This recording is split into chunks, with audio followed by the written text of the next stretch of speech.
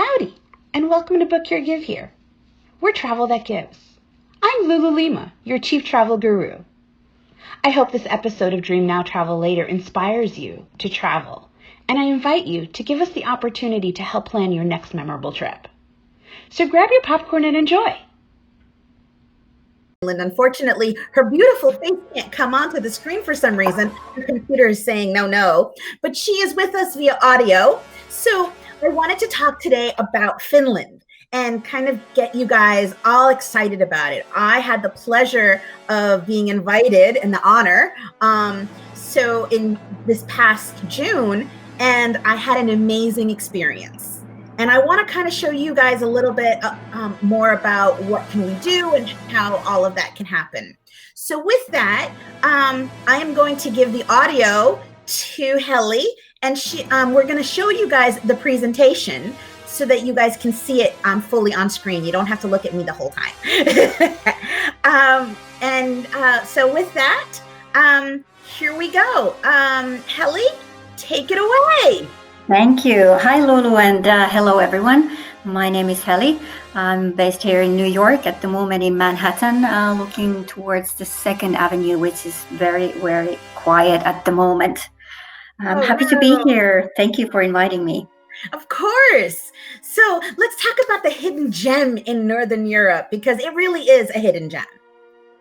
Well, yeah, I think we're still fairly unknown here in the United States. I mean, the Nordic countries in general, I think people know where we are, and people know about Scandinavia, and Finland is often considered as part of the Scandinavian countries, which actually geographically we are not. Also, our language is a totally different language than the Scandinavian languages, Swedish, Norwegian, or Danish, but culturally we have a lot to share with the other Scandinavian countries. But we call us a Nordic country ourselves. Awesome. And from what I understand and my personal experience, Santa lives up there. So if your kids ever want to go visit Santa, you can do that. Absolutely. At the Arctic Circle, there is a town called Rovaniemi, and Rovaniemi is the hometown of Santa Claus. And that was awesome. So, and you guys, if you look at the pictures in the Facebook group, you'll be able to see that I actually posted pictures from the Arctic Circle as well as with Santa's home and his office. So with that, I'm changing the screen here to kind of talk a little bit more about what makes Finland so great in terms of being able to discover so many different things. So do you want to take it from there? Yeah, well, I mean, we are actually from land space, we're the 8th largest country in Europe, but we are only 5.5 million people living in the whole country. So we do have a lot of space. Most of the population is located in the southern part in Helsinki region. Helsinki is our capital, and we are a republic. At parliamentary democracy, unlike the other neighboring countries like Sweden, Norway, and Denmark, which still have the royalty, although they are parliamentary democracies as well. We have euro as our currency, and we've been a member of EU for a long time. Visa obviously is not required for US or Canada citizens. Finland. We are looking at Finland, Visit Finland in four different major regions. One of them, obviously, the Helsinki region in the southern part of the country. The second one is coast and archipelago area. We have a lot of islands in Finland, actually, and I think that is one of those hidden secrets, that we have one of the largest archipelagos in the world, the most islands on our coastline. There are so many small islets that nobody really knows exactly the number, but about 70,000 islands and islets at least. Then the third region is the Lakeland region, which we call also the heart of Finland. And we have about 188,000 lakes in Finland, so there are a lot of them. In the eastern part of Finland, there is a big lake region called Lake Saimaa, and there we have a very special species living actually in that region, which is called the Saimaa ringed seal, the only freshwater seal in the world. And then That's Yeah, a sorry. great learning experience for kids, especially now that so many of them, are being homeschooled. What a great way to have an opportunity to learn about this and then actually go visit and have a live classroom. Absolutely, yeah, and Lapland is then the fourth region, which I think is also worth of studying a little bit at these times when you're not able to travel. It's a very unique region, the northern part of the Nordic countries in general. We call it the last wilderness of Europe. One of our slogans, for example, we in that region we have more reindeer than people living. About 200,000 reindeer versus about 180,000 inhabitants. And that region is also well known not only for the northern lights, which you can see for, if you're lucky, 200 nights a year. It is possible. Of course, they are not always visible because of the weather, but it's also known for the midnight sun. During the summertime, as you experienced it, Lulu, yourself last summer, the sun doesn't go down at all. No, and I will tell you that was a very interesting adventure, because when we first got to Helsinki, it was we were at the 23-hour mark of full sun, and then you had a little bit of dusk, and then we really got to experience that full midnight sun while we were on the trip, and it truly was an amazing experience, because your body is used to waking up at light.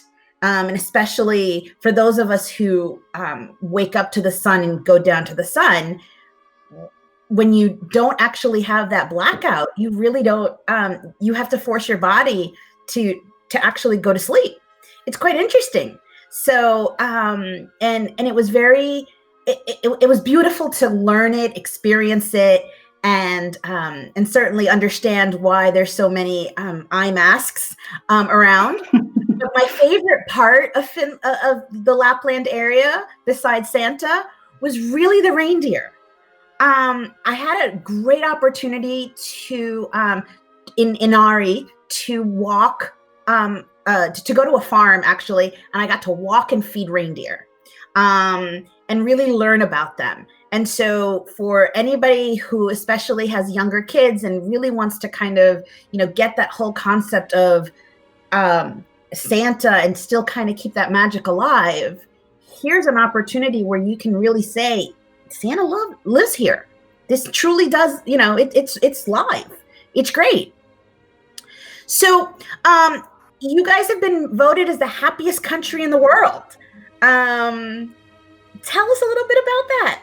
Yeah, and actually, it's not about votes. It's a ranking that is being commissioned by United Nations, and the World Happiness Report is published every year. And Finland has been now number one for the third time in a row. This survey ranks countries by how happy the citizens perceive themselves to be, and they are focusing on certain indexes like GDP per capita, social support, healthy life expectancy, freedom to make life choices, generosity, meaning how much people actually give money to charity, for example, or help others, or perceive themselves to be helping others, and perception of corruption in your own country. And then there is also an index which is called unexplained happiness, and Finland is also ranking quite high on that one, and that was actually something I wanted to talk to you about today. Yeah, absolutely. So let's talk a little bit about the secrets. Well, I think one of the biggest secrets is definitely the nature. Like mentioned, we obviously are not very many people living in a fairly big country, so we have nature everywhere, but it is so deep rooted in our lives, and we all have, I would say, very deep connection with nature. It's something that we learn as very small children. We spend a lot of time outdoors, playing in the summer, in the winter, in autumn, in spring, whatever the weather is. We, our mothers, they put on clothes that protect us, and they send us outdoors to have fresh air and play with our our kids, and that's how we have learned, our ways around in the nature. Even in Helsinki, the nature is very close because we have a lot of green areas, a lot of parks, as you maybe remember, but Yes. even the forests and islands. Tampere was beautiful, and there was you could drink out of the rivers and the lakes that were there. The weather, the water and the air is very clean, so we are very lucky in that sense as well. That's a big part of the experience. Yeah, it was so amazing that there was like no pollution, no nothing. It was totally beautiful. And being just in the forest and listening to the sounds of the nature is very calming experience. And there's something I wanted to suggest to you if you're interested in trying to experience this, even in these times when we are all confined, being at home and not being able to much go outside or travel. So there is an album on Spotify which is called Scapes, and if you want, you can go and listen to the sounds of Finnish Lapland on the Scapes album. Let's see if I can get it to work. Yeah, that would be great if you can. Sounds of Lapland. Let's see here. I think I may need to share my screen with this tab as well. Hold on, guys.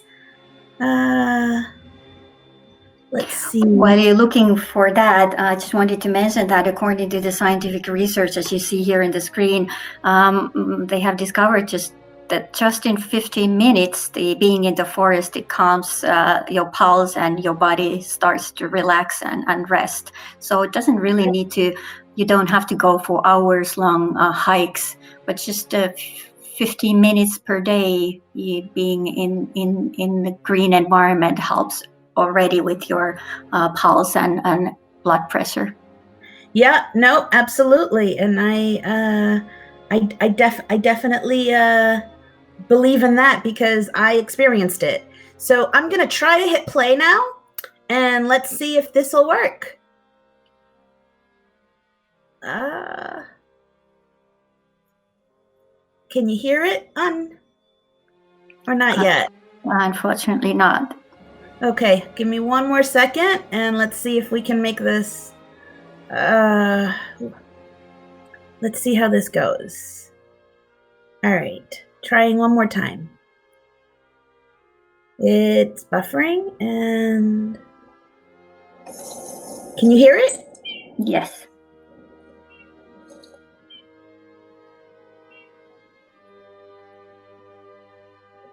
That is the sound of snow giants walking through a frozen world.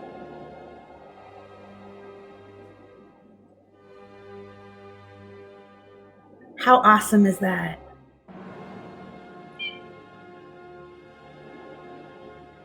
And there's actually an entire album. So I will post the link afterwards so that we can hear it. That's so awesome. I want to go back to Finland, Helly. Well, as soon as we can, we'll travel. You're mostly welcome. Oh, thank you. And hopefully, friends, I can bring you guys with me too, because this was such an amazing experience. Let's talk a little bit about wellness. Obviously, the nature and stuff like that, it has wellness here, but there's quite a bit of opportunities. You have sauna by the lakes and things like that. And I know that Finland is quite well known for its sauna. Yes, and I think most of the people don't know that sauna, oha, as we pronounce it in Finnish, is sauna is actually a Finnish word. It's probably the only Finnish word that everybody around the world knows, and not knowing that it is actually Finnish language. So sauna is also has a long tradition in Finland. I mean, originally it was invented for practical reasons because in the old times, I mean, hundreds, even thousands of years ago, they say that the first sauna in Finland was invented about 10,000 years ago. It was invented for practical reasons. People wanted to have a warm place where they can wash themselves. But obviously now in the modern world, the sauna is a recreational a place to relax. Yeah, and that's awesome. And I love the fact that you also have smoky saunas. So you want to talk a little bit about the difference between a regular sauna and a smoky sauna? Yes, the smoky sauna is actually one of those very ancient saunas, because in the old times, first saunas were just earth pits, basically. They just built something where they could heat, put some fire on and heat the space and wash themselves, like said. Then they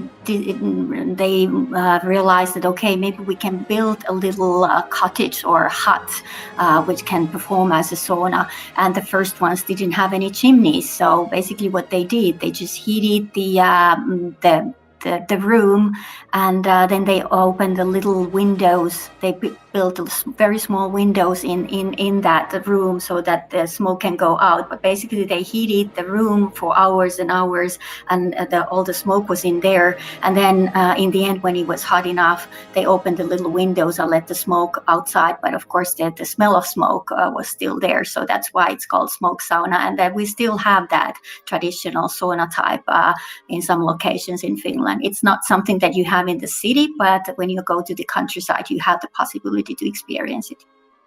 Yeah, that's awesome. And I remember going through a few of them and just smelling. So now you also have some public saunas. So, in terms of how the city life is so different from, that rural life. So there's certainly, some great options where people can easily, go in and have that complete wellness. That sauna kind of detoxes you. Yes, I mean, in our country, unofficially, it has been calculated that we have about 3 million saunas. Imagine that in a country of 5.5 million people, which means that every single house has a sauna. Then we have a lot of summer houses. Every family has a summer house in the land region or by the coast, and they all have saunas as well. So there are a lot of saunas. I have a small second home in Helsinki, an apartment where I have my own private sauna in the apartment. So all Finnish people just do sauna. That's a big part. That's in our DNA, more or less. But now we have a lot of these public saunas as well, especially in the big cities, which are very modern, and they have also other services like restaurants, bars, and then they have attached the public saunas, and there are sauna facilities with pools, outdoor pools where you can go and swim, even a heated pool in Helsinki, which is open year round. So there are a lot of different options also for travelers coming to Finland, and a lot of often I get this question: do I have to be naked in the sauna, in these public saunas? No, you don't have to be naked. People need to wear their swimming suit when going to one of these facilities. That's awesome. That's always a question that everybody asks. It's like, oh, I don't know if I'm ready for that. Yeah, I understand. Yeah. Bathing suits are definitely something you should pack no matter what the season is for Finland. Absolutely, yes. For me, the sauna is a very private thing because I've always had my own private sauna. So I'm not so good at having sauna with people I don't know, so I prefer definitely have my swimming suit on. Of course.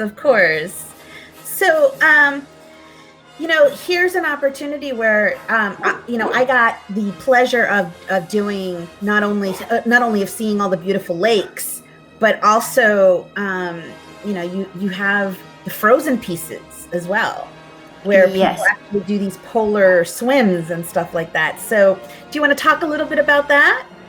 Yeah, I mean, part of the experience when going to sauna is also to be able to go to the water, to the fresh water or the seawater. And that is in the summer. It's so beautiful when you're in at the summer house by the lake. And there are, of course, hotel resorts as well where you can have this experience. So you are at the sauna and then you just jump into the lake and then go back to the sauna, jump into the lake again. And the water is in the summertime, it's warm. So, but in the winter, it's a totally different experience. And we have a lot of people who really, really love this winter swimming as well. And it's said that it boosts your blood circulation and totally different level when you do that. So combining sauna and winter swimming, meaning that you go and dip in the icy water. You don't stay there for a long time, but the purpose, the idea is just to dip into the water. Yeah, wow. So I know that many spas, they have the hydro, the hydro circuit and things like that, where they have you going in, hot and cold and stuff like that. So they try to mimic what you have in nature. So for those of you guys who don't want to mimic what's in nature, but you want to have that true natural experience, Finland certainly is an option to do that.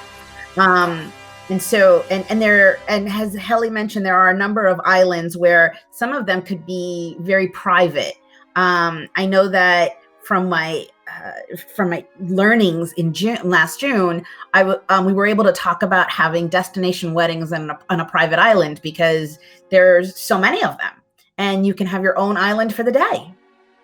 Yes. There are many different options for smaller and bigger groups as well. Yeah, it's awesome. So we talked a little bit about the winter swimming here in terms of what you guys do. I just wanted to show you a little bit about how you start your day with the cold shower and kind of go from there. Again, it's only for a few minutes. It's just to get your blood moving and giving you that extra energy. You guys all know I'm full of energy. And so this is certainly, a great way where I can pass on some of that energy buzz. So certainly a nice quick cold dip will get your blood going. And from what I hear, it's also great, in terms of keeping in shape and so forth. So even though I don't exercise that much, those that do really, really love this. So with that, then let's talk about your amazing public library and the staircase, because I fell in love with that staircase. Yeah, well, in general, I think Finland is known for design and architecture. And we have had a lot of influence on our architecture from both from East, from Russia, and from West, from European countries and Sweden, for example, because Finland was part of Swedish kingdom for several centuries, and then Sweden lost Finland in a war to Russia, and so Russia took over. So you can see the influence from the Russian period also in our capital Helsinki, for example. But then we have a lot of new modern architecture, and one of the masterpieces of the modern architecture is our new public library, Oodi in Finnish, the Ode in English. This was opened last year, and it was a birthday present from us to us, because Finland turned 100 years 2017. So it was built for ourselves, and it has been actually awarded the best library in the world by Time magazine, for example, listed in one of the 100 places to visit in the world, not only on the list of libraries, but in general, and the list of remarkable places to go and visit. Finnish people really love to read as well, because obviously if we are not in the nature, we can't always be outside. Reading is a good way to spend time and learn new things, and just to escape the reality. And I think at these times, reading can bring us a lot of comfort as well. Absolutely. So super, super awesome. And, there is some culinary aspect to being in Finland, right? So here, you're giving us a little bit of, the coffee with a cinnamon bun. So if you want to talk a little bit about your bun coffee. Yeah, well, I mean, the funny thing is that Finnish people are actually one of the biggest consumers of coffee in the world. I'm a huge exception, because I don't drink coffee at all, but most of the Finnish people do, and they really do consume a lot of coffee. A big part of that experience is other pastries, and one of the most traditional pastries is the cinnamon bun. So that's kind of a traditional thing to do as well if you come to Finland. So that we have a lot of very nice cafes. For example, in Helsinki and in the other biggest cities, where you can have this experience just to sit there and have a coffee or tea and the local cinnamon bun.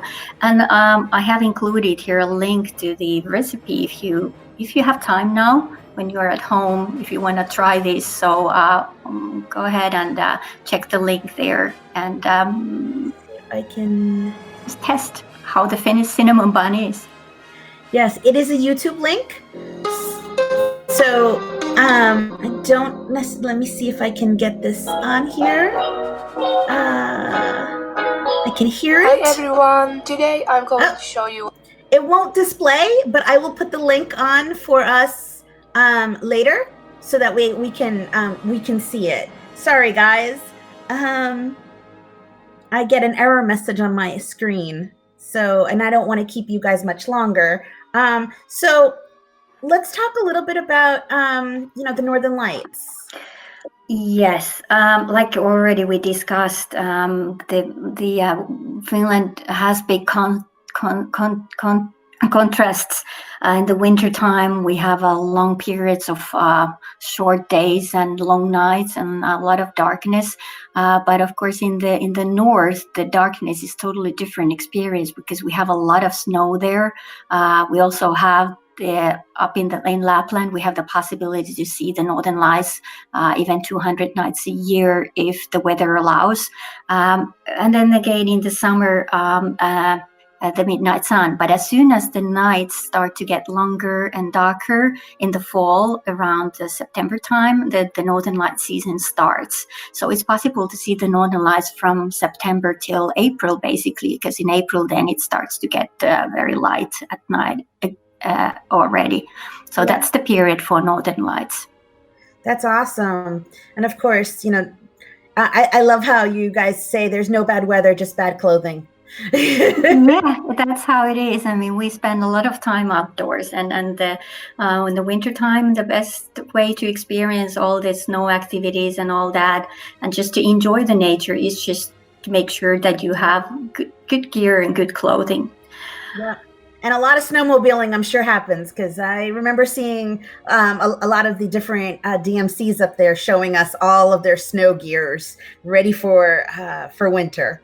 Huskies, snowmobiles, snowshoeing, skiing, reindeer farm visits. Yes. Yeah, it's all good. And one of the things that I did learn was that the locals really are very friendly, and most of them do speak English. I didn't really have any issues. They may be a little apprehensive at first, but I think that all of us are when we're speaking a language that's not our mother tongue. But for the most part, it was really easy to communicate with folks.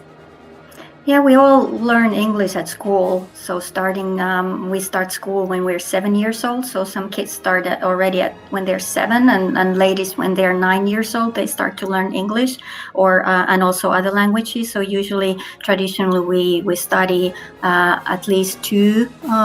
Most of the kids 3 different foreign languages at school. So of course we are not always fluent in English.